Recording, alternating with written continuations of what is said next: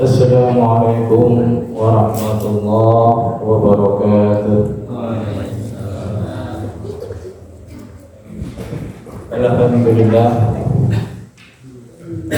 alhamdulillah wa kafa, wassalatu wassalamu ala nabiyil mustafa habibina wa syafiina wa maulana Muhammadin sallallahu alaihi wasallam al-mab'us bidinihil musaffa wa ala alihi wa ashabihi wa atba'ihi min yawmi risalatihi ila yawmi sulfa. Amma ba'd. Rabbi shrah li sadri wa yassir li amri wa hlul 'uqdatam min lisani yafqahu qawli. Rabbi shrah li sadri wa yassir li amri wa hlul 'uqdatam min lisani yafqahu qawli. Rabbi shrah li sadri wa yassir li amri wa hlul 'uqdatam min lisani yafqahu qawli. Wa ila hadratin nabiyil mustafa Muhammadin rasulillah sallallahu alaihi wasallam wa ala alihi wa sahbihi wa azwajihi wa auladihi wa dhurriyyatihi wa jami'i ibadihi ajma'in summa al-hadrati ikhwanina al-anbiya wal mursalin wal awliya wa syuhada was-salihin wa sahabati wa tabi'in wal ulama'i al-'amilin wal mukhlisin wal musannifin wal mufassirin a'immatil arba'atil mujtahidin wa jami'il mujahidin fi sabilillahi rabbil alamin wal malaikatil muqarrabin khususan ila musannif hadzal kitab Syekh Ahmad bin Husain Asy-Syarbi As-Suja wa Syekh Muhammad bin Qasim Al-Qasi yang Allah yaghfir lahum dzunubahum wa yarhamhum wa darajatihim fil jannah nafa'ana Allah bihim wa bi ulumihim fid dharain lahum wa lahumul Fatihah. A'udzu billahi minasy syaithanir rajim. Bismillahirrahmanirrahim. Alhamdulillahi rabbil alamin. Ar-Rahmanir Rahim. Maliki yaumiddin. Iyyaka na'budu wa iyyaka nasta'in. Ihdinas siratal mustaqim. Siratal ladzina an'amta 'alaihim ghairil maghdubi 'alaihim waladdallin. Amin. Alhamdulillah, yang saya hormati Bapak DKM Musra Darussalam, Bapak-bapak sekalian yang tidak bisa saya sebutkan namanya satu persatu, mohon maaf, belum kenal Bapak. Mudah-mudahan senantiasa dimuliakan oleh Allah. Adik-adik sekalian, jamaah Musra Darussalam, insyaallah dimuliakan oleh Allah. Alhamdulillah.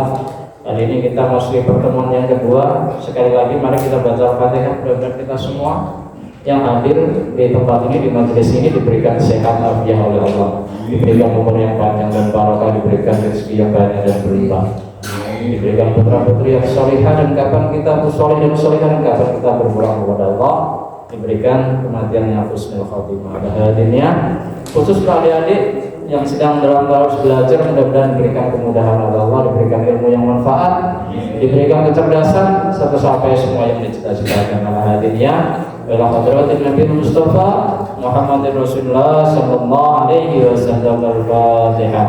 A'udzu billahi minasy syaithanir rajim. Bismillahirrahmanirrahim. Alhamdulillahi rabbil alamin. Ar-Rahmanir Rahim. Maliki yaumiddin. Iyyaka na'budu wa iyyaka nasta'in. Ihdinas siratal mustaqim. Siratal ladzina an'amta 'alaihim ghairil maghdubi 'alaihim waladdallin. Amin. Alhamdulillah, pertemuan kita melanjutkan yang kemarin ya Bapak. Sedikit disinggung pertemuan yang kemarin tentang air yang kemarin boleh dipergunakan untuk bersuci. Ada 7 kemarin disebutkan. Yang pertama air hujan, yang kedua air laut, yang ketiga air sungai, yang keempat air sumur, yang kelima air yang diambil dari mata air, yang keenam air salju atau air es, dan yang terakhir air lunas. Kita sekarang beralih. Jadi air sebagai alat bersuci itu kalau dikelompokkan nanti menjadi 4 macam jenis air. Jadi yang bisa dipakai untuk bersuci itu bagaimana, yang tidak bisa yang bagaimana. Ayo kita baca mulai bersama-sama. Bismillahirrahmanirrahim. Qala al-musannifu rahimahullahu ta'ala nafa'anallahu bihi wa bi ulumihi fid dharain. Bismillahirrahmanirrahim.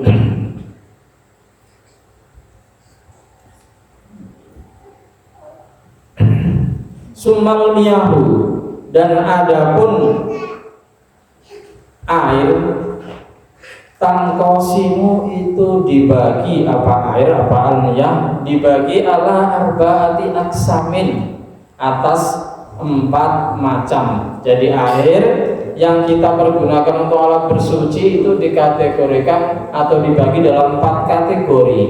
Ahaduha, yang pertama, tohirun, yaitu air yang suci fi nafsihi.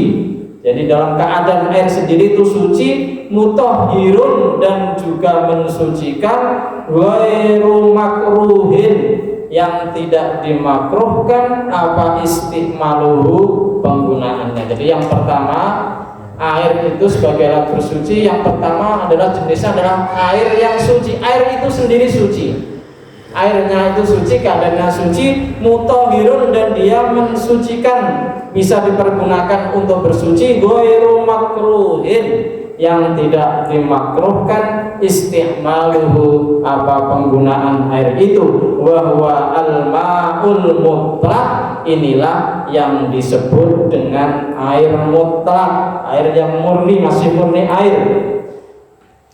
Murni air yang bercampur dengan sesuatu, jadi disebut dengan air mutlak. Jadi yang pertama yaitu air yang suci dan mensucikan, yang tidak makruh untuk digunakan untuk bersuci. Contohnya yang ketujuh air yang disebutkan pada pertemuan yang pertama kemarin, ini tidak perlu dijelaskan, sudah jelas. Nanti yang berikutnya yang mulai ini.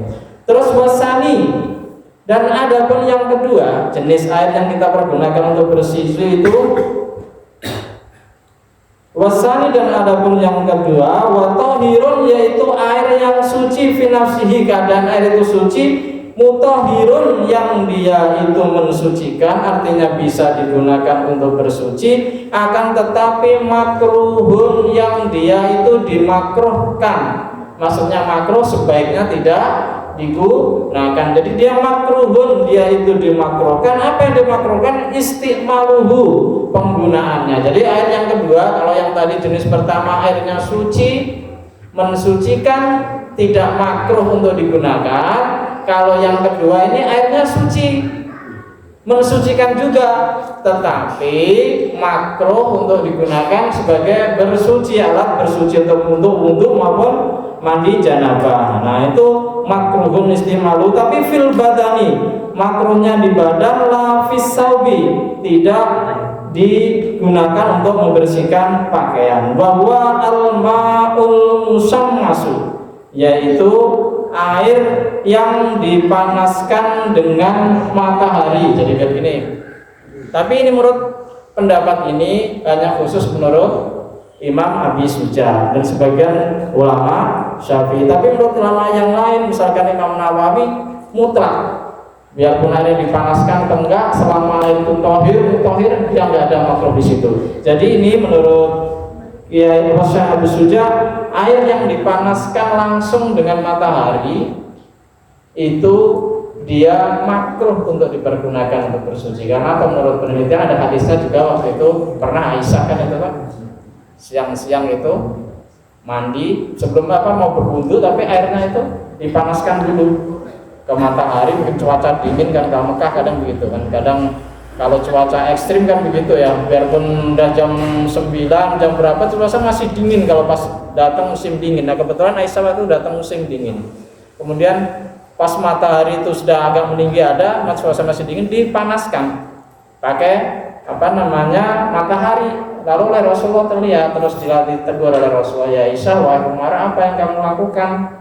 Apain air itu kamu panaskan dulu sebelum kau pakai untuk bersuci? Itu tidak bagus, kata Rasulullah. Itu bisa menimbulkan penyakit kusta, kata Rasulullah. Maka kemudian berdasarkan hadis ini, meskipun hadis ini banyak diperdebatkan, ada yang mengatakan dhaif, ada yang hasan, tapi kemudian sebagian ulama menyatakan, termasuk Musannif pengarang kitab ini, air yang dipanaskan dulu sebelum dipakai itu, misalkan dipanaskan di tengah terik matahari biar hangat, itu makruh untuk digunakan, terutama bila yang dipanaskannya itu dengan menggunakan tempat wadah yang terbuat selain dari, tapi kalau nggak mungkin sekarang masa wadah emas dan perak. Wadah emas kan mahal banget ya tadi. Kalau misalkan, jadi menurut kitab ini kalau dipanaskan dengan menggunakan wadah misalkan pakai panci itu kan apa dari tembaga ya. Itu kalau menurut pendapat Abu Syuja itu makruh, Pak. Jadi kalau selain emas dan perak dipanaskan dengan air dengan tepat seperti itu hukumnya makruh. Tapi kalau untuk Imam Nawawi secara mutlak enggak. Jadi enggak makruh. Biarpun dipanaskan baik dengan matahari, apalagi kalau dipanaskannya dengan direbus. Nah, itu malah enggak apa namanya? Karena ulama berbeda ini. Kalau dipanasnya dengan matahari yang dipanaskan langsung itu dihukumi makruh. Mengapa? Karena menurut penelitian kan kalau sinar matahari langsung itu kena langsung terpapar ke kita, apalagi di waktu yang udah jam 9 ke atas itu kan tidak sehat, Pak ya. Bahkan kadang-kadang kan di air mineral itu kan ada tulisan ya, nggak boleh terkena sinar matahari secara langsung. Bahkan obat-obat kan gitu, Pak ya. Obat kan kadang-kadang ada peringatannya kan, tidak boleh terkena yang berupa obat berbentuk sirup itu, apalagi yang tempatnya bukan dari kaleng, yang plastik itu, biasanya ada peringatan jangan terkena sinar matahari secara langsung karena itu kurang bagus. Jadi kalau menurut penelitian ketika panas matahari itu sudah meninggi, apalagi tempatnya terbuat dari plastik ataupun bahan-barang yang bukan dari emas dan perak, misalkan besi atau yang lain, itu menurut penelitian ketika panas itu meninggi maka karatnya itu akan terpisah, kemudian akan naik ke permukaan air ketika itu dengan panas matahari. Tetapi kalau direbus maka tidak dimakruhkan oleh para ulama ketika panasnya air itu karena direbus. Misalkan kita mau mandi subuh dingin banget, atau kita mau mandi besar dingin banget, kita rebus pakai itu, kalau menurut ulama malah enggak makruh sebagian besar ulama. Mengapa? Karena justru panasnya api itu bisa menghilangkan kadar-kadar karat, kadar-kadar yang berbahaya di dalam itu, justru masalah hilang. Tapi kalau matahari enggak. Makanya kalau matahari itu kan ada kena sinar matahari kita langsung kan, ultraviolet atau apa macam itu malah berbahaya. Nah, ini pemakruhan ini makanya menurut Imam Syafi'i dan Ibu Abi Suja ini makruh ini semata-mata bukan apa-apa, min jihatil tibbi, dari sisi kesehatan. Jadi dimakruhkannya memang menurut penelitian juga bahwa ini tidak bagus untuk kesehatan. Jadi makruhnya itu. Maka menurut Nawawi memilih pendapat yang tidak mau dipanaskan pakai matahari atau pakai itu malah enggak, kalau matahari pun menurut Imam Nawawi tetap tidak makruh ya, enggak makruh biarpun dipanaskan oleh matahari. Di sini dalam keterangannya di dalam ada waktara Nawawi adamal akamat makruh. Jadi enggak ada. Jadi waktara Nawawi adamal karohati. Kalau Imam Nawawi memilih tidak ada hukum makruh di sini. Mau dipanaskan pakai sinar matahari maupun dipanaskan direbus, enggak ada kemakruhan kalau Imam Nawawi. Tapi kalau sebagian ulama ini menurut Imam Suja, Imam Syafi'i itu menyatakannya sebagai makruh kalau dengan sinar matahari karena dengan timbangan tadi, pertimbangan kesehatan, pertimbangan medis. Tapi kalau direbus malah enggak kalau menurut ini. Jadi ini yang kedua. Jadi dia suci, mensucikan, tetapi makruh untuk digunakan, yaitu disebut dengan air musammas, air musakhon bitaksir syamsi fihi. Jadi air yang dipanaskan dengan sinar matahari. Dan ketika kemakruhannya hilang itu sendiri, nanti hilang hukumnya tidak makruh ketika air itu sudah tidak panas lagi. Itu kalau menurut ulama yang memakruhkan. Jadi ketika air itu sudah tidak panas, maka hukum kemakruhannya menjadi hilang. Ini yang kedua. Jadi kita bahas dulu yang ketiga, baru nanti ada barangkali yang ditanyakan. Terus yang ketiga, jenis air yang biasanya kita pakai untuk bersuci itu tadi yang pertama ada suci mensucikan tidak makruh, yang kedua suci mensucikan makruh. Tapi yang ketiga ini airnya wasismu salis tohirun, air itu suci tapi goiru mutahhirin, tetapi tidak mensucikan. Suci tapi tidak boleh digunakan untuk bersuci, tidak boleh untuk mandi, nggak boleh untuk mandi untuk wudhu. Jadi airnya tohirun itu air yang suci, goiru mutahhirin, namun dia tidak mensucikan ligori terhadap yang lain. Bahwa al-ma'ul mustakmal, yaitu air mustakmal. Maksudnya air mustakmal itu apa?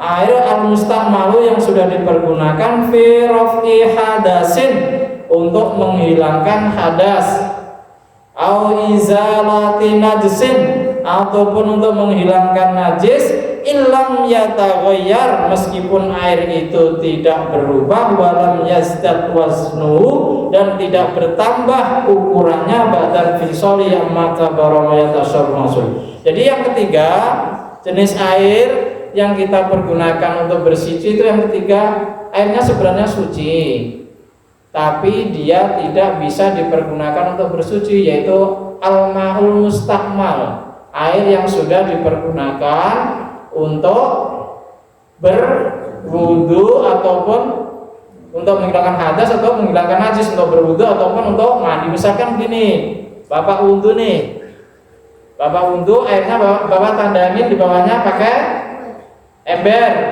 Meskipun air ini dipakai yang Bapak tandangin ini tidak berubah bentuknya, kalau bekas air wudu dia tidak boleh dipakai lagi kalau kita sudah pakai untuk bersuci.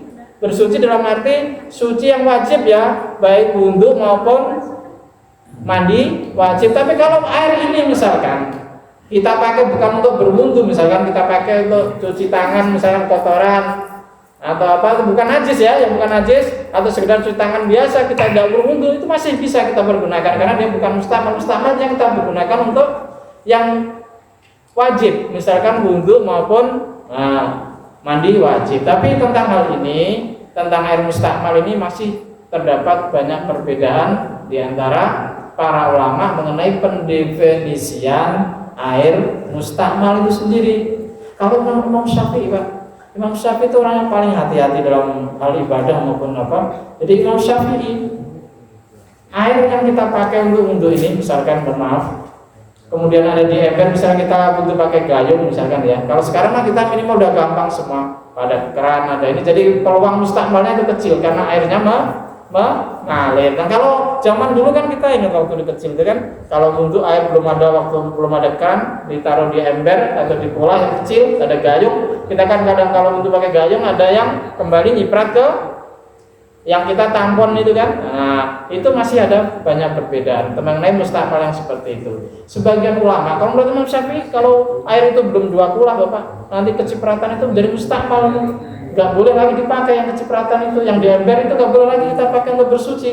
Kalau menurut Imam Syafi'i dan Imam Abi Suja. Tapi masih ada pendapat yang lain. Menurut Imam Malik misalkan, Imam Malik, ini air yang udah kecipratan ini, bahkan air mustakmal sekalipun yang kita tampon misalkan dari wudu netes itu kita taruh di ember, kalau menurut Imam Malik, kalau ini dicampur dengan air yang bukan mustakmal, ini mustakmal dicampur dengan ini Imam Malik masih membolehkan untuk bersuci, tapi hukumnya makruh kalau menurut Imam Malik.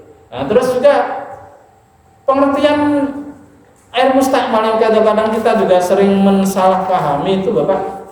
Jadi air mustakmal itu kalau menurut Imam Nawawi jadi adalah air yang al-marrah al-ula.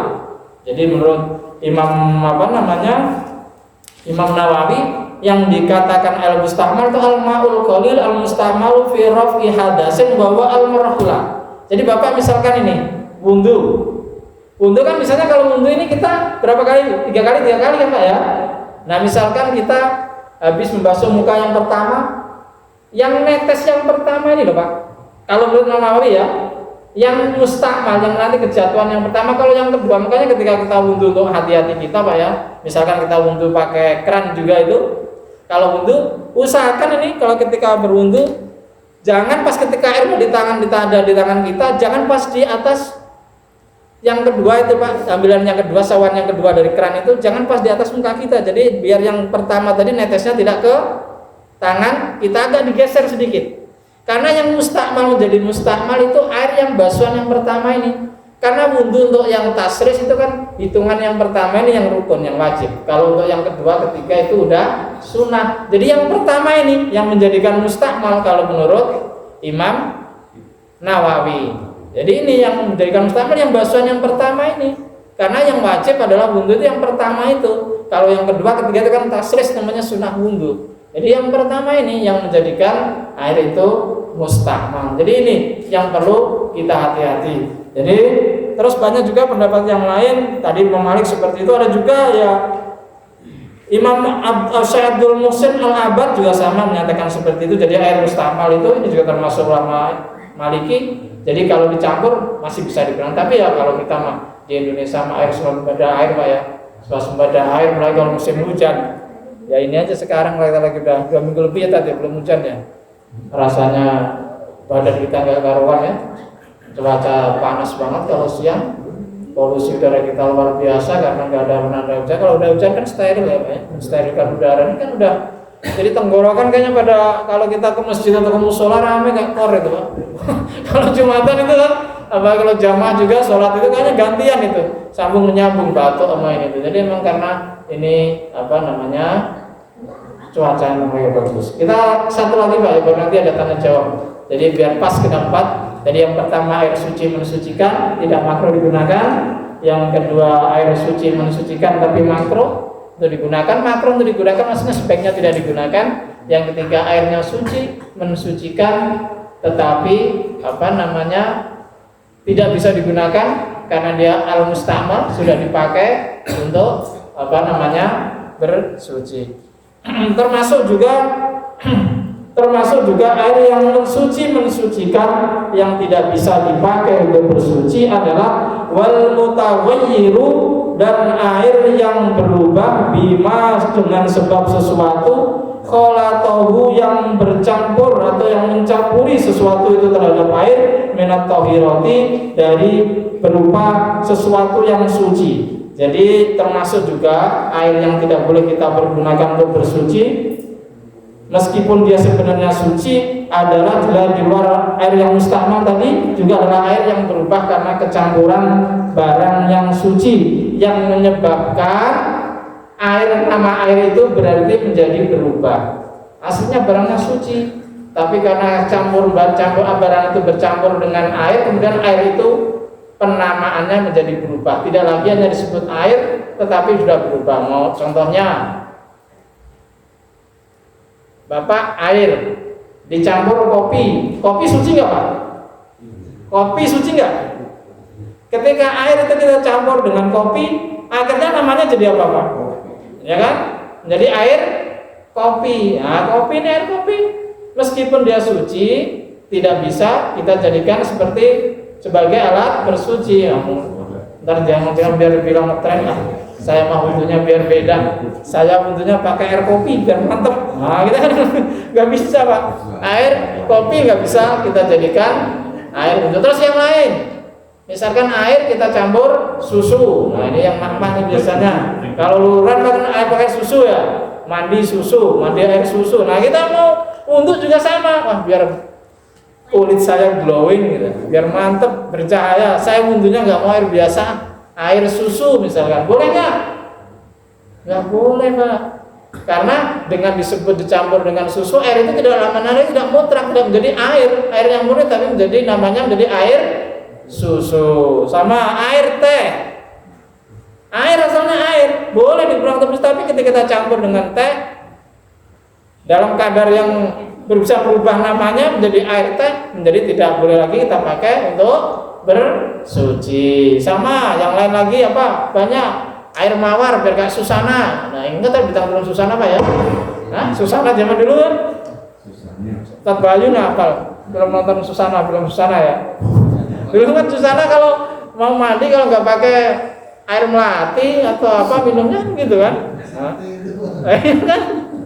Ya itu sama air ini kita campur dengan melati sama macam-macam sebutannya sudah berubah menjadi air kecuali campuran cuma 1-2 yang tidak berubah nama, tapi kalau kita campur sudah menjadi banyak mawar, banyak melati, air mawar, air melati, air kamboja, macam-macam itu yang sudah ini itu juga tidak boleh kita pergunakan untuk bersuci. Mengapa? Dia mutaghayyir bima khalatahu min at-tahira. Dia berubah, bahkan berubah namanya meskipun dia dicampur dengan sesuatu yang suci. Apalagi kalau yang najis kan sudah jelas, yang keempat nggak boleh. Ini yang suci aja kalau merubah nama air itu tidak mutlak lagi, artinya sebutan air jadi berubah, air kopi, air teh, air susu, macam-macam. Nah itu menjadi tidak boleh dipakai untuk bersuci. Nah kita gampang sebenarnya kalau kita ini kan segini jelimetnya kan dikaitkan dengan keadaan Arab waktu itu kan. Kalau kita kan Indonesia mah air mah insya Allah berlimpah kalau musim hujan gitu. Jadi nggak ada kesulitan kalau kita tentang air itu.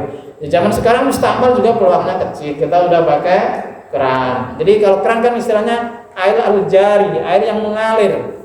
Nah kalau yang jadi mustakmal kan al-ma'ud daim atau al-ma'ur raqib, air yang tidak mengalir, itu yang kena peluang untuk jadi mustakmal. Tapi kalau kita mah udah insya Allah lah, udah asal kita nggak ceroboh itu dalam berwudu. Yang tadi ingat kalau bahasan pertama usahakan kalau yang kedua jangan pas di atas. Misalkan kalau muka jatuhnya kita biar yang bahasan pertama tidak netes ke yang selanjutnya kita gunakan itu. Jadi ini yang ketiga. Jadi airnya suci tapi tidak mensucikan atau berubah karena ada campur dengan barang-barang yang suci atau sesuatu yang suci. Seperti tadi disebutkan. Ini yang jenis ketiga. Sekarang yang terakhir baru nanti kita boleh kalau ada yang mau bertanya. Nanti kalau memang ada yang muskil biasa kita bahas di pertemuan berikutnya ya, karena hukum nggak boleh kita karang ya Pak ya. Jadi kalau memang nanti ada muskil belum ketemu dalilnya dasar hukumnya kita bahas di pertemuan berikutnya. Terus ini yang terakhir jenis air yang keempat,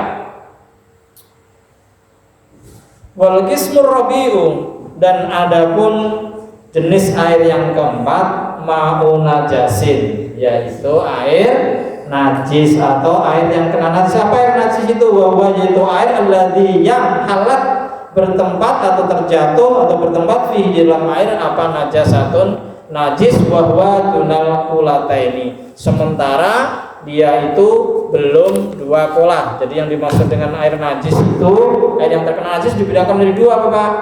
Yang pertama, dia kalau terkena najis sementara dia belum ada dua kolah, itu mutlak dia dihukumi menjadi najis. Artinya apa? Tidak boleh kita pakai untuk bersuci meskipun air itu tidak berubah warnanya, baunya maupun rasanya. Jadi kalau ada air nih, kita ada di ember misalkan yang belum dua kolah, terus kena kejatuhan najis, meskipun dia tidak berubah warnanya, tidak berubah rasanya, tidak berubah baunya, kalau belum dua kulah itu tidak boleh kita pakai untuk bersuci. Dua kulah itu maksudnya berapa? Khamsatu mi'ati ritlin al-baghdad. Jadi kalau dihitung dua kulah itu sekitar 270 liter. Jadi kalau kita bikin bak itu panjangnya 92 cm, lebarnya 92 cm, ya bagus-bagus 95 lah dilebihin. Naiknya juga 92 cm. Jadi kalau menurut Profesor Dr. Wahbah Az-Zuhaili dalam kitabnya Al-Fiqhul Al-Islam. Jadi minimal 270 liter, 275 liter. Jadi kalau kita bikin bak bangunan kayak di kamar mandi itu paling enggak ke sini 92 atau 95, ke atasnya 95, lebarnya juga. Nah, itu tidak mustakmal kalau kejatuhan najis, asal ya tidak berubah bau, warna, dan rasanya. Jadi kalau belum ukuran itu, meskipun tidak berubah, belum dua kulah, meskipun dia tidak berubah, tetap air itu tidak boleh kita pergunakan untuk bersuci, untuk berwudu atau. Nah, terus yang kedua ini masalahnya. Yang kedua adalah ketika air itu sudah ada dua kulah. Aukana kullatani faksara fatagoyar, atau air itu sudah ada dua kulah sebenarnya, udah ada 275 liter. Tapi ketika kejatuhan bangkai, misalkan bangkai cicak atau apa di bak itu, ternyata air itu berubah, entah rasanya, baunya atau warnanya bisa berubah. Meskipun sudah dua kulah, kalau air itu berubah tidak boleh kita pergunakan untuk bersuci. Dasar hukumnya juga ada banyak, hadisnya juga banyak. Al-ma'u tahurun atau al-ma'u la yunajjisu syai'un illa ma ghalaba ala rahihi wa launihi. Nah itu ada wa ta'mihi. Jadi air itu tidak bisa dirubah najis ketika sudah dua kulah atau lebih, kecuali dia berubah warnanya, rasanya atau baunya. Jadi itu. Jadi ada dalam hadis yang lain itu ada juga disebutkan bahwa ketika air idza kana al-ma'u qullataini lam yahmilul khabas. Jadi ketika air itu sudah dua kulah, itu dia tidak bisa dinajiskan ya tadi, kecuali berubah rasanya, baunya ataupun warnanya. Jadi ini 4 jenis air yang tadi disebutkan. Yang pertama boleh dipersuci dan mensucikan, tidak makruh penggunaannya. Yang kedua suci mensucikan tapi makruh untuk digunakan. Terus yang ketiga air yang suci tapi tidak boleh digunakan lagi, yaitu air mustakmal, artinya air yang sudah dipergunakan untuk bersuci, atau air suci yang berubah karena bercampur dengan sesuatu yang suci, misalnya campur susu, kopi dan macam-macam. Terus yang keempat air yang terkena najis. Terkena najis dibedakan menjadi 2. Kalau air yang terkena najis itu belum 2 kula, meskipun tidak berubah, dia tidak boleh dipergunakan untuk bersuci. Terus yang kedua, bila sudah 2 kula atau lebih tapi dia berubah, tetap tidak boleh dipergunakan untuk bersuci. Terus sebenarnya masih ada lagi yang kelima, ya air yang tidak boleh, yaitu air yang haram atau tidak boleh dipergunakan untuk bersuci. Kemarin sudah kita sebutkan di pertemuan yang pertama, yaitu yang contoh air yang tidak boleh dipergunakan, misalkan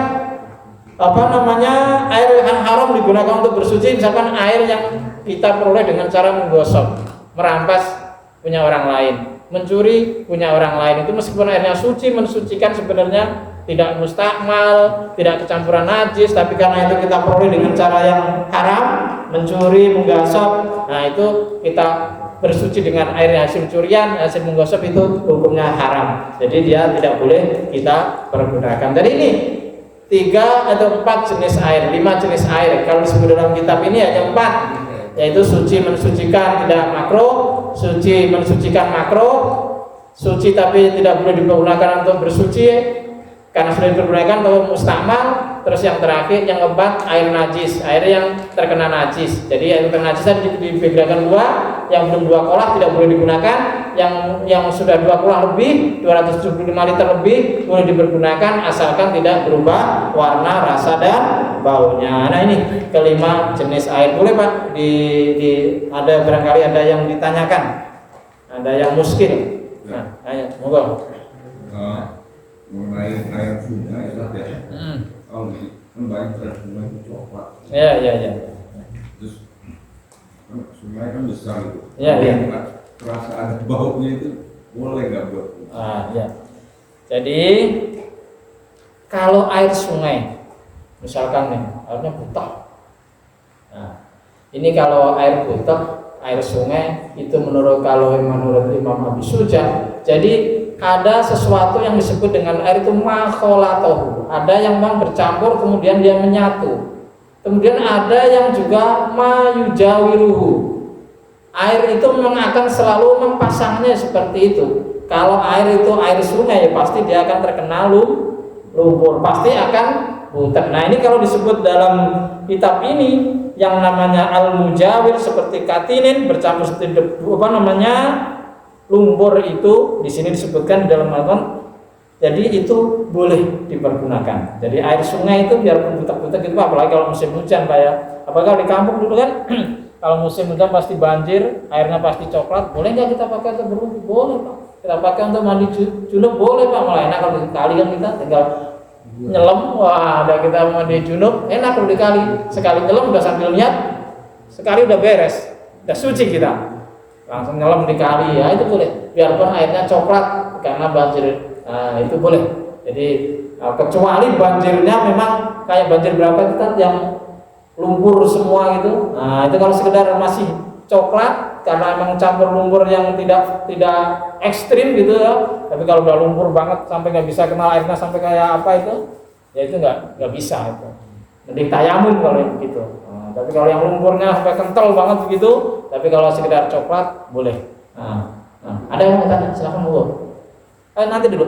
Udah, tanya. Bisa dipahami ya? Jadi boleh.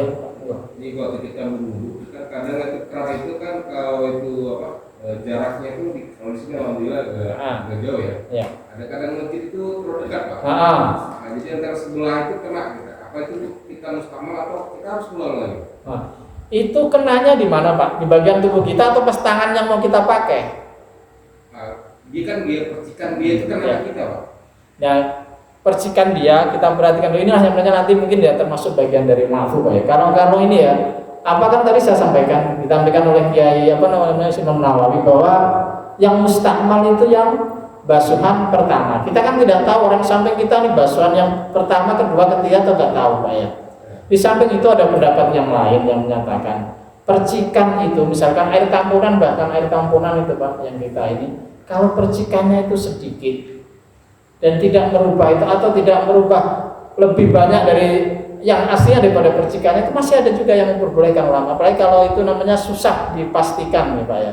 Misalkan percikan itu dia dari yang mustakmal kan ketika basuhan yang pertama itu Pak, yang memercik kita di orang samping kita itu basuhan yang berapa kan kita nggak tahu. Dan memerciknya apakah ke muka kita atau ke anggota badan kita Pak. Kalau ke tamponan yang di tangan kita yang mau kita pakai, nah ini yang menjadi masalah sebenarnya.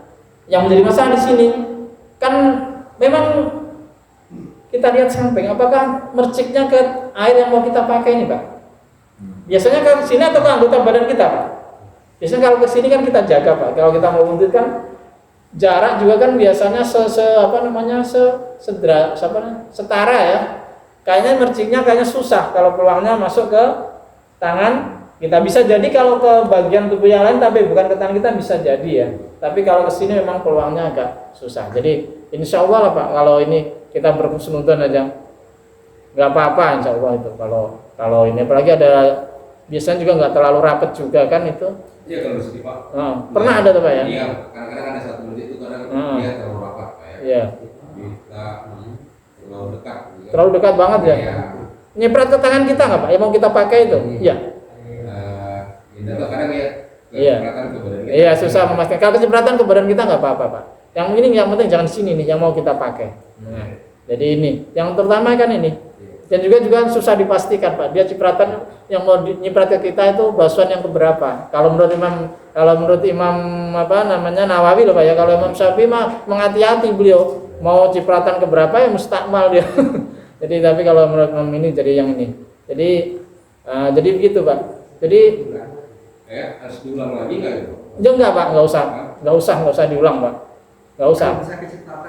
Oh yang kalau kita kecipratan, kalau udah yakin Pak ya, jadi ulang aja Pak kalau yakin. Tapi kan nggak mungkin kalau banyak terus nggak selesai Pak, kita ambil aja ini. Kalau orang banyak banget terus nggak selesai kita.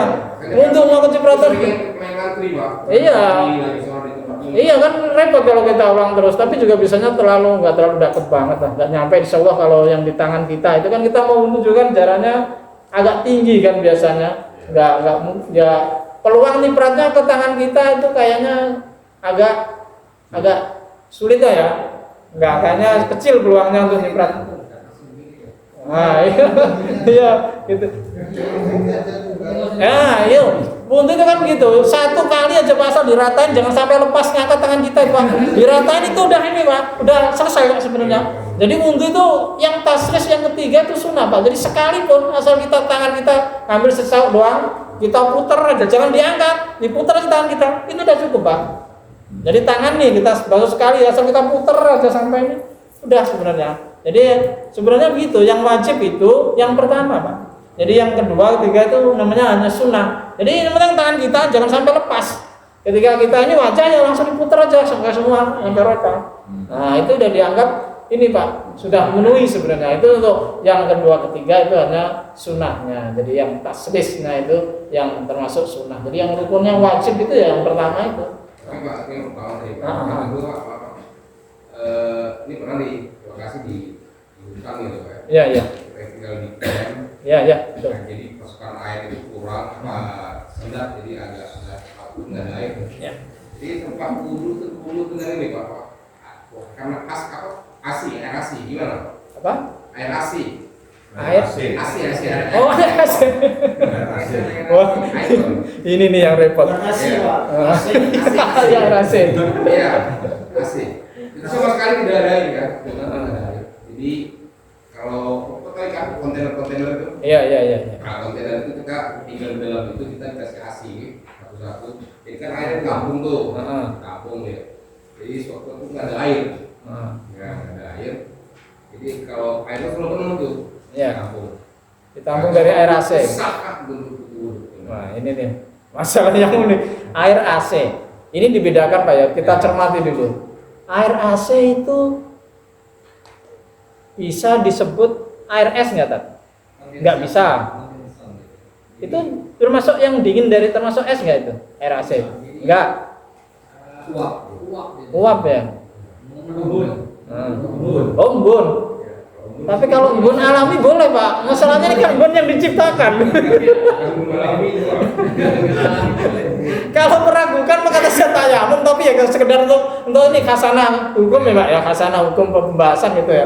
Maka kita harus diamati dari situ. Air AC itu termasuk dari apa asalnya itu? Nah. Ya kalau bisa masuk kategori pun boleh Pak. Iya. Untuk mandinya nggak boleh, nggak sehat. Kenapa? Di waktu itu karena ada yang pakai, itu lebih itu jangan dipakai. Kalau mundoron ya? Iya. Jadi kalau ada ilahnya mundoron lah jelas nggak boleh. Kalau ada ilahnya mundoron membahayakan kesehatan udah jelas begitu akibatnya, malah nggak boleh ya. Jangan dipakai untuk bersuci karena nggak boleh dengan sesuatu yang membahayakan. Tapi kalau dia sehat, nggak bermasalah, perlu kita tinjau. Itu dari mana sumbernya? Kalau dia disamakan dengan embun, boleh kalau air embun. Kan ada maul barot, boleh untuk digunakan untuk bersuci. Tapi masalahnya air AC ini, kalau kita cermati dari mana gitu timbulnya, sumbernya itu dari mana? Proses kimia ya Mas. Ya itu maksudnya itu kan proses freon itu kan, itu membahayakan nggak? Kalau membahayakan, ya tidak boleh kita pakai untuk sebagai alat bersuci. Kalau membahayakan diri kita, itu membawa mudorot, nggak boleh. Apapun yang membawa mudorot tidak boleh kita pakai. Itu namanya menjatuhkan diri sendiri. Walatulku baitikum wala tahluka. Nggak boleh kita memakai sesuatu yang membahayakan, termasuk dalam ibadah. Nah, itu nggak boleh. Kecuali direbus dulu kan? Kenapa? Kecuali direbus dulu. Direbus dulu, kira-kira bisa menetralkan ini nggak? Menetralkan kandungan-kandungan yang berbahaya nggak tak? Iya. Ya kalau saya sih kalau memang nggak ada air susah, yang penting tayamum aja daripada yang masih subhat gitu kan, istilahnya tidak jelas nanti membahayakan kita apa enggak. Air AC kan tadi dari tujuan kesehatan, apalagi ada yang menyatakan berdasarkan pengalaman membahayakan, ya ngapain kita pakai, mending tayamum kalau memang tidak ada, kecuali memang nggak masalah itu tidak ada membahayakan kita. Ya kita kiaskan aja dengan maul barat, air dari embun, tapi kan udah ada penelitian memang itu juga sumbernya kan dari apa kimiawi dari pengolahan itu kan. Kalau berbahaya ya jangan ya jadi gitu. Nah, silakan. Makanya kalau di beberapa kota itu mereka mengolah air tipis ya dicampur dengan kaporit. Nah itu ya. Itu gimana? Nah ini kaporit ya. Ini ada perbedaan pendapat di antara para ulama ya. Sumber perbedaannya pendapat apa? Karena tadi kaporit ini termasuk sesuatu yang bukan najis. Dan masalahnya di sini nih perbedaannya. Jadi percampuran itu kalau najis itu jelas. Dicampur ketuna sesuatu yang najis menjadi namutan najis, nggak boleh dipakai. Kaporit itu kan campuran sesuatu. Kaporit kan nggak najis, berupa serbuk kan Pak? Kayak kaporit itu serbuk kan? Serbuk kayak tepung gitu loh ternyata katanya itu. Jadi dia bukan najis. Makanya dan kemudian dia menyatu dengan air itu. Akhirnya menyatu, dan kaporit ini tapi ya ini tadi plus minusnya, kaporit itu bukan sembarangan Pak. Kaporit itu mengandung sebenarnya tujuan utamanya adalah untuk membunuh bakteri-bakteri yang ada di air itu. Tapi dalam pemakaiannya menurut penelitian harus dalam kadar yang tepat. Kolam renang juga sama, harus dalam kadar yang tepat. Ketika kaporit itu dipakai dalam kadar yang melebihi ukuran atau kadar yang sewajarnya, itu bisa membahayakan. Maka dalam konteks ini para ulama berbeda pendapat. Ketika air yang dicampur kaporit itu masih dalam taraf yang wajar, artinya sebutan, jadi itlaq ismil ma, kemutlakan air itu tidak berubah. Misalkan dicampur kaporit, orang menyebutnya tetap disebut air. Nah ini sebutannya tetap air karena kaporitnya masih dalam batas yang wajar, itu ulama membolehkan, termasuk Habib Suja membolehkan. Mengapa? Karena tidak merubah nama atau sebutan kemutlakan air itu, tetap disebut air meskipun ada kaporitnya. Tapi kalau campuran kaporitnya itu banyak, kemudian orang menyebutnya sebagai air kaporit, dikiaskan dengan yang tadi, karena campurannya over, baunya sampai luar biasa sampai sebutannya air kaporit, itu ulama tidak boleh menggunakannya. Nah, tapi Ya tadi, kalau campurannya itu masih dalam batas yang wajar, sebagian ulama ada yang membolehkan. Mengapa? Karena dia yang mencampur adalah sesuatu yang suci. Ada yang seperti itu menyatakan. Jadi berdasarkan, tetapi kalau ini jadi penyebutannya berubah, ya ini tidak boleh kita gunakan. Karena tadi air kaporit ini ada kandungan yang kalau melebihi batas justru membahayakan. Karena ini memang tujuannya untuk menghilangkan bakteri-bakteri, kuman-kuman yang ada di dalam air itu. Tapi kalau kita banyak alternatif, ya ini kan hanya adanya kepepet ya Pak ya, nggak ada yang lain. Tapi kalau di kolam-kolam renang itu kan banyak air yang lain, tempat pemandian juga banyak. Seandainya kepepet itu adanya memang air kaporit yang sudah tercampur kaporit, nah selama itu campurannya dalam batas. Karena apa? Kalau campurannya yang jatuh itu, yang dicampurkan itu najis berubah, otomatis nggak bisa dipakai. Tapi kaporit itu kan sesuatu yang suci. Ya tadi gula, susu, kopi. Nah ini kan suci juga campurannya. Tapi ketika dia sudah merubah sebutan air itu, tidak boleh dipergunakan untuk bersuci. Kaporit juga sesuatu yang suci, digunakan untuk mencampur air. Ketika sebutannya masih tetap air, nah itu masih bisa dipakai. Ini ulama yang membolehkan ya. Di kiasannya seperti itu tadi. Jadi beberapa pendapat saya pernah baca juga seperti itu. Jadi tergantung untuk air kaporit itu. Jadi kalau dalam situasi yang masih mungkin untuk yang lain, pakai yang lain Pak untuk menghindari keraguan. Tapi kalau memang kepepet, ya karena nggak ada yang lain, sementara air yang ada dicampur kaporit dan kelihatan berubah warnanya agak jernih banget, tapi masih dalam batas yang wajar, nggak baunya nyengat banget, ya bisa lah kita pakai. Nah ya gitu ya, bisa diterima. Ya. Kalau pada kondisi atas besar tapi nggak ada air, gimana? Nah ini penting ini. Kondisi atas besar nggak ada air. Tayamum semua.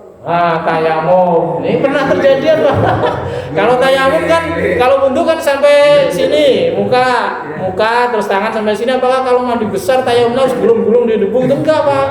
Jadi hanya niatnya yang beda. Jadi tayamumnya tetap sama, kayak kita tayamum pertama, pukulan pertama untuk wajah, terus pukulan kedua untuk tangannya, sebatas saja itu. Tapi niatnya hanya yang hadas besar itu. Jadi enggak ini kalau mentang-mentang hadas besar nanti tayamumnya gulung-gulungnya enggak begitu. Karena ini pernah kejadian pada masa Nabi Pak. Jadi ini pernah dalam suatu pertempuran itu ada. Dalam hadis sahih Pak disebutkan. Jadi ada orang dalam pertempuran itu banyak lukanya Pak. Karena dalam pertempuran dia terluka, banyak luka.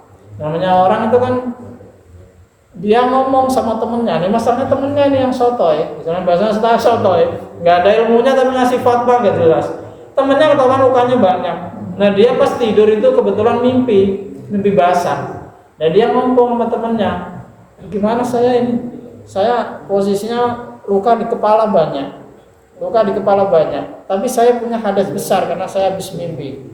Apakah saya boleh bersuci dengan selain mandi wajib, dengan mandi biasa gitu? Kata temennya nih, sok tahu dia. Kamu harus tetap mandi wajib. Akhirnya apa kejadian Pak? Namanya luka banyak, kepalanya lukanya banyak kan, mandi wajib. Taat Pak dia, mati Pak. Sahabatnya mati, orangnya banyak lukanya ini mandi wajib karena punya hadas besar tapi luka parah. Dipaksa tanya temennya, disuruh tetap mandi wajib, akhirnya mati. Akhirnya kejadiannya diadukan sama Rasulullah SAW. Apa nih kata Rasulullah? Orang yang ditanya yang menjawab suruh mandi wajib itu dia yang membunuh. Karena obatnya orang yang tidak tahu, obatnya orang yang bodoh itu bertanya. Nah, kata Rasulullah begitu. Jadi orang kalau sesuatu itu ada ilmunya. Dalam keadaan darurat itu Pak. Jadi dalam keadaan darurat selalu kita sampaikan berulang kali. Hukmu itu ya duru ma'ilatihi ad-daruratu itu tubihul mahdurat. Hukum itu selalu berjalan sesuai dengan kondisi objek hukumnya, keadaan atau fakta keadaan yang orang terkena hukum itu. Contoh yang sederhana sering kita sebutkan, bangkai itu hukumnya haram. Tetapi dalam kondisi terdesak, nggak ada makanan yang lain, kalau kita nggak makan itu mati, bangkai boleh kita makan sekedar sewajarnya. Bahkan hukum juga begitu menyesuaikan. Gak ada air nih, tinggal air satu-satunya sebotol. Air ini hanya untuk minum.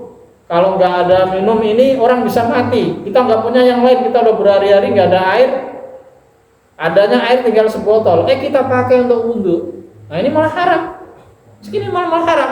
Air yang mestinya kita untuk minum, yang kalau nggak dipakai diminum ini malah orang bisa mati karena nggak kehausan. Ada air sedikit malah kita pakai untuk bersuci, ini malah haram dipakai untuk bersuci. Jadi hukum itu begitu.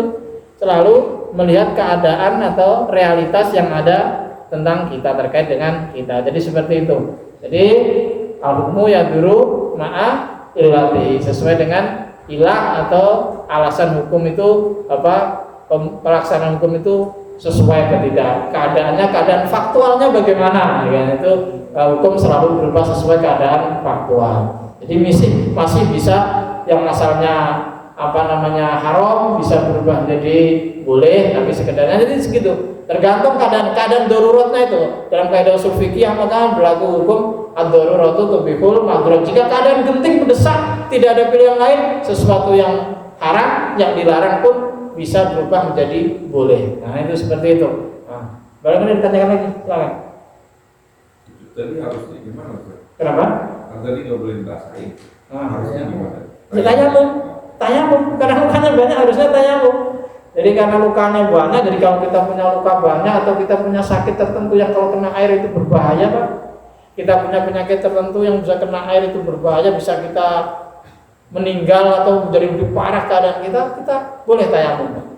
Jadi tayamum itu tidak mesti karena tidak ada air doang. Kita dalam keadaan punya penyakit sesuatu di anggota tubuh kita yang kena anggota wudhu, kemudian kalau kita kena berbahaya itu kita boleh bertayamum. Kalau misalkan ada satu anggota tangan atau kaki yang dia kalau kena air itu boleh, itu baiknya kita wudhu dengan tidak mengenai atau tayamum. Kalau lukanya itu nanti dalam konsep fikih ada namanya sofibul jababir itu namanya. Ada misalkan kena perban di sini ya, punya perban di sini. Nah, itu yang di atas perban ini kita wudhu, yang lain hati-hati. Nah, yang kena lain tapi yang ini diusap aja. Gak diguyur ya, diusap. Nah, itu ada nanti di dalam bukunya ada begitu. Kalau mau tayamum boleh, tapi kalau mau wudhu boleh, tapi untuk yang ini diusap aja yang ada di perbannya itu. Nah, jadi begitu. Nah, jadi kalau lukanya banyak, misalkan lukanya banyak banget, tayamum saja. Tapi kalau hanya satu pas di perban itu boleh, bisa berbanyak alternatif itu. Bisa diusap di yang bagian itu, yang lain di biasa. Tapi harus hati-hati, ekstra hati-hati kan kalau ke dalam kena air berbahaya kan. Nanti bisa lembab, bisa bernanah, bisa ini daripada beresiko ya itu. Tapi ada sebenarnya boleh diusap di bagian atasnya itu. Nah, jadi enggak harus diguyur yang ini tapi diusap gitu. Ada lagi yang lain, Pak? Cukup, Pak? Ya, Pak. Tapi kan beberapa bagaimana kita menyikapi perbedaan karena kalau penerima dalam satu ini sendiri kita lihat bahwa dua uang kalau menurut hasil tadi kan 270. Nah, tetapi ada pendapat yang lain seperti Imam Nawawi itu bahkan 170. 170? 4. Oh, 104. Hampir 100-an, 100 liter. Ya, kemudian ada Imam Rafi'i sendiri 176. Nah, padahal beliau ini kan sama dalam mazhab Syafi'i gitu ya. Nah, bagaimana cara kita menyikapi perbedaan tersebut? Oh iya. Sama kayak misalkan perjalanan ada yang bilang 180, ada 100 mungkin 75. Iya. Nah, itu yang yang pertama kan. Yang kedua nyambung tadi terkait dengan masalah wudhu. Yang dipakai untuk air mustakmal itu kan ketika kita wudhu wajib kan. Nah, bagaimana ketika wudhu sunnah? Wudhu sunnah itu seperti orang yang kalau ibu wudhu gitu. Nah, apakah itu juga termasuk air mustakmal atau tidak? Jadi yang pertama tadi Pak ya, untuk ukuran itu kita ambil aja yang ikhtiyatnya aja tadi ya. Jadi batas yang aman aja. Tapi memang beda. Jadi ukuran retail sendiri di sini kalau di dalam kitab ini khamsumi'ati ritlin al-Baghdadi, 500 ritel Baghdad. Itu memang beda-beda, ritel itu ukuran yang tidak pasti. Jadi ritel itu macam-macam, ada ritel Baghdad, ada ritel Mesir, ada ritel Syam, beda-beda dalam setiap kitab juga disebutkan. Jadi satu ritel itu beda kalau kita misalkan dalam bentuk literkan itu, karena memang satu ritel Baghdad itu beda dengan satu ritel Mesir, satu ritel Syam itu beda. Jadi ukuran ini memang kemudian tidak pasti. Maka kemudian Syekh Wahbah Az-Zuhaili itu mengambil standar yang tadi. Kalau diperkirakan ya amannya, batas amannya 200. Dalam kitab Fiqhul Islam itu, Fiqhul Islamin wa Adilatuhu itu beliau mengambil batas yang tadi. Karena kalau 275 liter, 270 liter itu udah banyak lah untuk menghindari daripada keraguan-keraguan sedikit. Ya kalau menurut Imam Syafi'i, Imam Rafi'i segitu sudah masuk 2 kulah. Ya kalau memang keadaan memang air lagi ini ya kita bisa ini aja menyesuaikan. Nah, kalau ada air sedikit kita ambil aja segitu 2 kulahnya, ukuran 2 kulahnya. Nah kalau air berlimpah ya kita ambil aja ukuran yang banyak biar kita tidak ragu-ragu. Dan kalau air susah ya kita ambil aja ini udah 170 liter ya ini udah 2 kulah nih nggak masalah ini, daripada nanti kebuang-buang. Nanti kita ini kan nggak apa-apa kita ambil gitu. Jadi amannya, batas ihtiyatnya. Kalau menyesuaikan aja kondisi. Kalau air susah kita bolehlah kita ambil yang dalam batas 170 liter menurut Imam Syafi'i, Imam Rafi'i. Tapi kalau menurut Imam Wahbah Az-Zuhaili ini kan ulama modern mungkin mentimbarkan dengan banyak hal, ulama belakangan ya, udah abad 18-an. Nah itu ada 19 malah beliau wafat terakhir tahun berapa itu? Udah 1900 lebih kan, udah mau 2000 kan, udah abad 19 beliau. Nah ini mungkin udah mempertimbangkan banyak hal di berbagai kajian, maka beliau mengambil batasnya yaitu tadi 270 liter. Nah mungkin ya kalau keadaan juga mungkin sekarang udah beliau mengambil kesimpulan itu mungkin keadaan sudah mendapatkan air nggak terlalu sulit kayak zaman dulu, kayak zaman Imam Syafi'i, zaman Imam Rafi'i, zaman abad pertengahan yang itu mendapatkan air, fasilitas sarana untuk mendapatkan air itu sulit, maka beliau mengambil fatwa, mengambil pendapat ya udah 170 udah masuk 2 kulah. Biar untuk memudahkan kita. Nah kalau zaman sekarang kan mencari air mudahnya kita ambil aja lebih aman 270, kita lebih nyaman. Terus lebih safe lah ya. Terus yang terakhir tadi apa tuh? Yang terkait dengan apakah ketika kita wudhu dengan niat sunnah itu termasuk airnya adalah menjadi air minum? Kalau menurut Imam Nawawi memang disebutkan secara khusus ya, yang dinamakan air mustakmal itu memang yang dipergunakan untuk wudhu yang sifatnya wajib. Ini kalau menurut Imam Nawawi Pak ya. Jadi saya sebutkan ini pengertian mustakmal menurut Imam Nawawi yaitu al-ma'ul al-mustakmalu al-ma'ul qalil al-mustakmalu fi rafi hadasin wa al-maratul ula fi wudu'in wajibin. Kalau menurut Imam Nawawi Pak ya. Kalau menurut Imam Nawawi berarti yang wudu sunnah enggak apa-apa Pak. Nah, kalau menurut ini loh ya. Kita kan bukan pendapat saya, bukan pendapat kita. Ini menurut Imam Nawawi yang udah kitabnya udah banyak dikaji. Kalau menurut Imam Nawawi ini ya, fi wudu'in wajibin au ghuslin kadzalika, yang mandi wajib juga. Jadi kalau nggak mandi wajib, ya kalau mandi wajib masih kita bisa pakai Pak. Misalkan ini kita mandi biasa yang hanya untuk menghilangkan debu, kita pulang kerja tapi badan kita nggak ada najis, kita pakai mandi itu airnya masih bisa kita pakai kan? Karena bukan mustakmal kalau menurut Imam Nawawi, kan bukan untuk mandi wajib.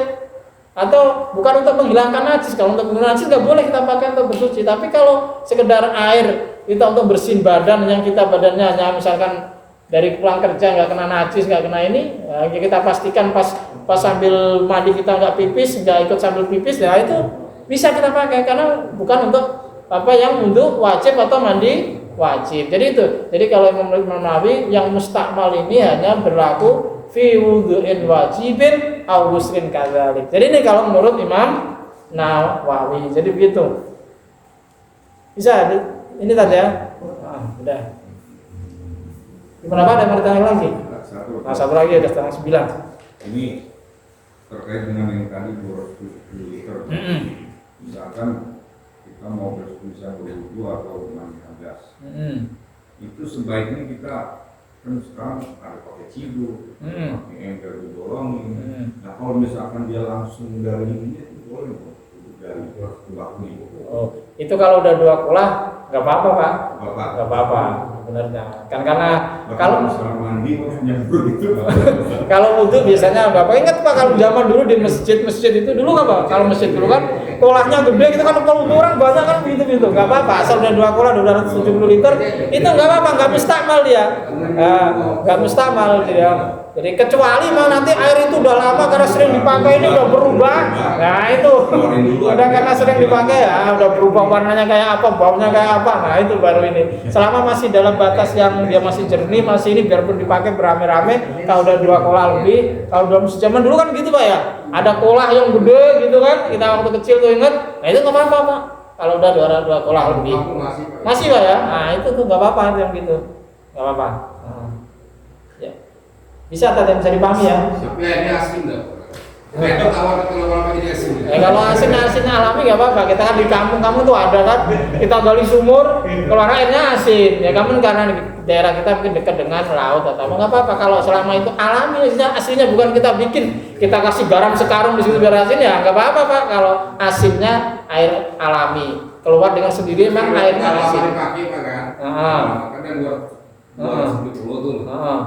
Kalau lama dipakai, jadi karena mungkin udah lama banyak, itulah mungkin kalau dia harus dibuang karena itulah asin dia tuh harus dibuang ya. Sebenarnya kalau air itu misalkan air itu banyak misalkan di empang gitu, di empang air itu karena nggak mengalir akhirnya berubah warna. Sebenarnya kalau menurut Imam Abi Sujan masih boleh Pak, asal dia banyak berubahnya itu alamiah karena bitulil muksi, karena lamanya mengendap agar itu berubah warna, itu masih boleh digunakan. Kalau menurut Imam Abi Suja, Imam Syafi'i itu masih boleh.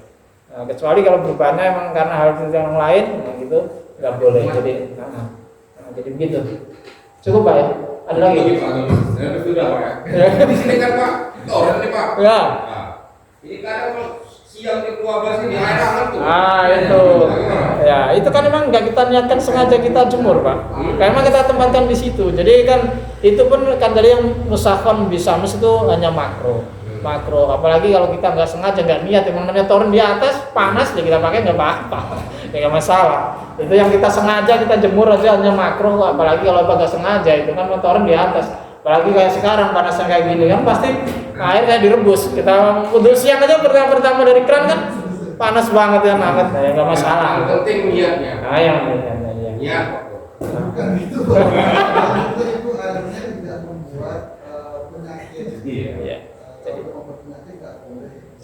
Jadi kan COVID dari jadi karena makronya tadi Imam Syafi'i memang ilahnya itu yaitu tadi min jihati tibi, dari sisi kesehatan itu menurut penelitian berbahaya. Maka Imam Syafi'i cenderung memakruhkannya karena apa? Membahayakan kesehatan. Jadi makruhnya Imam Syafi'i memberikan pertimbangan makruh tadi terhadap air musamas itu bukan faktor lain Pak. Karena itu min jihati tib itu. Jadi la ukriha min jihati tib, dalam al-um itu kitab al-um disebutkan gitu. Pertimbangan dari musamas itu makruh ya karena min jihati tib, dari sisi kesehatan itu yang menyebabkan air itu dimakruhkan. Jadi emang pertimbangannya karena itu dari sisi kesehatan nggak bagus, jadi dimakruhkan aja. Makruh istilahnya kan sebaiknya ditinggalkan, tapi kalau dipakai nggak dosa Pak, dengan makruh boleh, tapi sebaiknya ditinggalkan karena perlu penelitian gitu. Sama kan kita menggunakan air yang kita rebus, air panas juga sebenarnya nggak bagus kan untuk kesehatan. Karena kalau terlalu panas air itu menyebabkan kelenjar minyak di tubuh kita itu mengering, maka kita menjadi kering. Dan itulah yang kalau sering dipakai yang bisa menyebabkan penyakit gelang itu, tahu ya? Penyakit gelang itu menurut kita begitu karena terlalu banyak menggunakan sesuatu yang keras, bahkan itu kan kayak mohon maaf. Maka kalau sering ke kamar mandi juga ya yang cairan bersih lantai itu Pak. Nah, itu kan keras itu. Itu paling bahaya itu Pak. Karena itu bisa merusak pigmen kulit. Termasuk kalau air panas ini, kalau kita sering pakai, kalau keseringan bahaya juga, terlalu kering pigmen kulit kita rusak Pak. Pigmen kulit kita rusak. Ini yang diantisipasi, makanya dalam segala hal saya bilang Imam Syafi'i itu paling hati-hati dalam ibadah pun seperti itu. Dalam sholat pun rukun-rukun sholat yang bahkan orang lain tidak menjadikan sebagai rukun, beliau menjadikan sebagai rukun kadang-kadang. Saking ya itu hati-hati dalam ibadah biar kita tuh yang terbaik. dalam kepada Allah. Misalkan sebagai contoh, tumak ninah itu kalau menurut Imam Syafi'i kan termasuk rukun tersendiri. Kalau yang lain, sebagian dia nggak menyatakan sebagai rukun. Apalagi kalau ada yang menyatakan kalau tumanina itu khusus di sholat wajib, ada yang sholat sunnah itu tidak berlaku tumanina. Maka kalau dalam sholat tarawih secepat kilat itu dalam satu sisi ulama yang lain ada yang menyatakan sah tetap karena apa? Itu sholat sunnah itu tumanina itu hanya berlaku untuk. Jadi ada yang mengatakan seperti itu. Jadi Imam Syafi'i itu selalu dalam segala hal paling ikhtiyat beliau, paling hati-hati. Maka termasuk menggunakan air ini dia dimakruhkan. Yang lain kan Imam Nawawi enggak, yang lain juga enggak, tapi beliau makruh karena dari segi kesehatan enggak bagus. Nah itu Imam Syafi'i. Cukup ya Pak ya?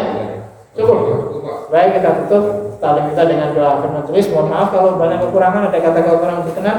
Subhanallah wa bihamdika asyhadu an la ilaha illa anta astaghfiruka wa atubu ilaik. Mohon maaf. Assalamualaikum warahmatullahi wabarakatuh.